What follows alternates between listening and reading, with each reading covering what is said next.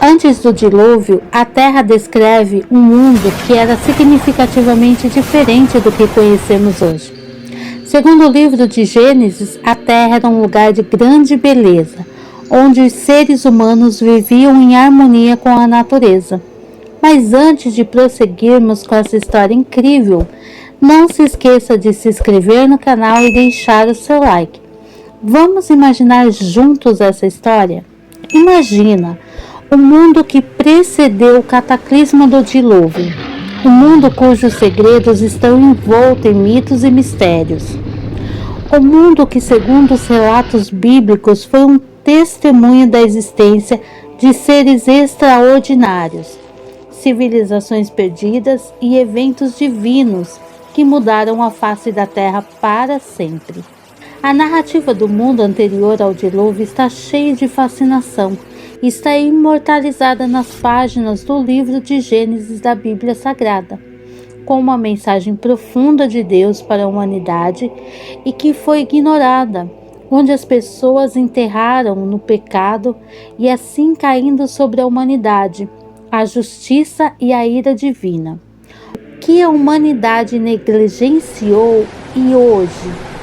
Por que a mesma mensagem está sendo negligenciada? O que nos espera? Será que o fim está próximo? Vamos para os detalhes. Como era o mundo antes do dilúvio? A história do dilúvio é um dos relatos mais conhecidos da Bíblia, segundo o livro de Gênesis.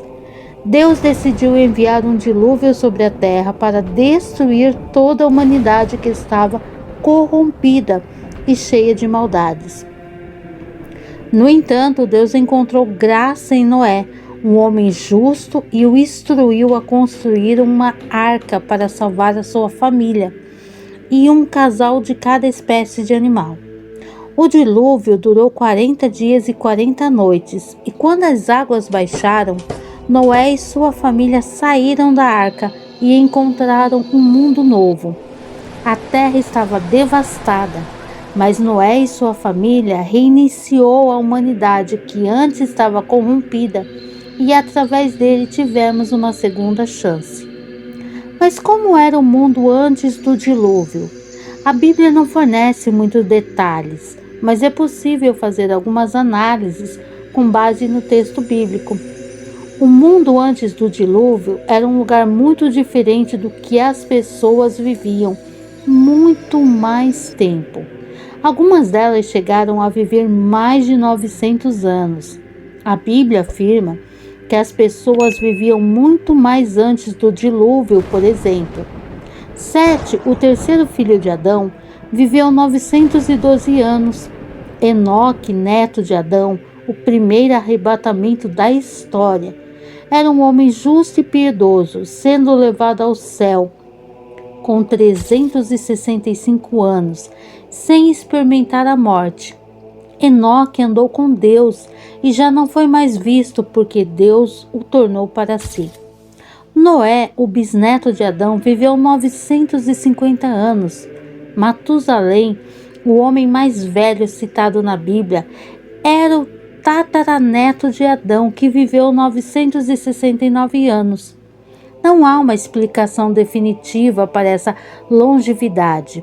Algumas hipóteses são que a constituição genética dos seres humanos naquele período era diferente, permitindo vidas mais longas. O código genético humano era mais puro e resistente a doenças. Isso pode ter levado a uma maior longevidade. Também as condições climáticas pré-diluvianas poderiam ter sido mais desenvolvidas a longevidade, sendo pela pureza do ambiente, pela qualidade dos alimentos, com uma dieta mais saudável, rica em frutas, vegetais, grãos integrais, ou a atmosfera da Terra era mais densa e rica em oxigênio, proporcionando um ambiente mais saudável para a vida humana. Ou também pode ser que era um reflexo direto da vontade divina. Naquele tempo, concedendo aos seres humanos uma vida mais longa, como parte do plano divino para aquele período específico da história da humanidade. As escrituras bíblicas relatam que a idade das pessoas diminuiu gradualmente após o dilúvio. É possível que a terra também era um lugar mais fértil, com plantas e animais abundantes. Os humanos viviam em harmonia com a natureza. Isso pode ter ajudado a preservar a fertilidade da terra. O clima e o solo era diferente antes do dilúvio. O clima na terra era mais quente e úmido. Isso pode ter proporcionado um ambiente mais favorável ao crescimento das plantas, e o solo da terra era mais rico em nutrientes. Isso também poderia ter contribuído para a maior fertilidade. A Bíblia afirma que o mundo era o lugar mais perigoso antes do dilúvio. O livro de Gênesis diz: a terra estava corrompida e estava cheia de violência. Livro de Gênesis, capítulo 6, versículo 11. A humanidade estava corrompida por causa do pecado. Havia gigantes, monstros e outros seres mitológicos que ameaçavam a vida humana. É provável que os monstros mencionados na Bíblia eram criaturas reais que realmente existiram na Terra antes do dilúvio. Eles podem ter sido dinossauros, animais pré-históricos, gigantes que conviveram com os humanos nesse período, sendo extintos com o dilúvio, ou até mesmo criaturas mitológicas. Os gigantes mencionados na Bíblia, de acordo com o livro de Gênesis, capítulo 6, versículo do 1 ao 4, os nefilins, que significa os caídos ou os que fazem cair. A interpretação mais tradicional é que os filhos de Deus eram anjos que se rebelaram contra Deus e desceram à terra para se relacionar sexualmente com as mulheres. Os filhos resultantes desses relacionamentos eram os nefilins, que eram gigantes poderosos, violentos e cruéis, e causaram grande destruição na terra. E por causa da maldade dos nefilins, Deus decidiu destruir a humanidade com o dilúvio. Essa interpretação é apoiada pelo livro apócrifo de Enoque, que conta a história de como os anjos caídos seduziram as mulheres humanas e geraram filhos gigantes. Mas a Bíblia diz que os anjos são seres espirituais, que não se casam e nem têm relações sexuais, como vemos em Marcos capítulo 12, versículo 25. Pois quando os mortos ressuscitarem, serão como os anjos do céu, e ninguém casará. Ou também em Hebreus capítulo 1, versículo 14. Então, os que são como os anjos, todos eles são espíritos que servem a Deus, os quais eles envia para ajudar os que vão receber a salvação. Não têm corpo físico e por isso não podiam ter relações com mulheres humanas. A Bíblia chama os nefilins de homens, não seres híbridos, mistura entre anjos e seres humanos, sendo mais provável que os filhos de Deus foram homens, tementes a Deus, que se casaram com mulheres que não temiam a Deus e que provavelmente os desviaram dos seus bons caminhos. Seus filhos se tornaram poderosos e famosos, também por causa da mistura de bons valores, determinação, lealdade, trabalho árduo, com maus valores, crueldade e violência. Mas isso é só especulação. A Bíblia diz que os nefilins eram heróis famosos da antiguidade, sem explicar por que a Bíblia diz que os nefilins desapareceram após o dilúvio. Alguns estudiosos acreditam que os nefilins podem ser interpretados como uma metáfora para a corrupção da humanidade antes do dilúvio. Eles podem representar a violência, a ganância e a depravação da humanidade naquela época. Ou que os nefilins podem ser interpretados literalmente. Eles podem representar uma raça de gigantes que realmente existia na Terra antes do dilúvio. Uma sociedade corrupta, a Bíblia afirma que a humanidade estava corrompida antes do dilúvio. As pessoas eram violentas, egoístas e adoravam vários ídolos. Deus ficou descontente com a humanidade e decidiu destruí-la. E viu Deus que a maldade do homem se multiplicava na terra, e que toda a imaginação dos pensamentos do seu coração era só má, continuamente. Gênesis capítulo 6, versículo 5. Esse versículo afirma que a humanidade estava corrompida em todos os níveis, desde os pensamentos até as ações. As pessoas eram má, violentas e perversas.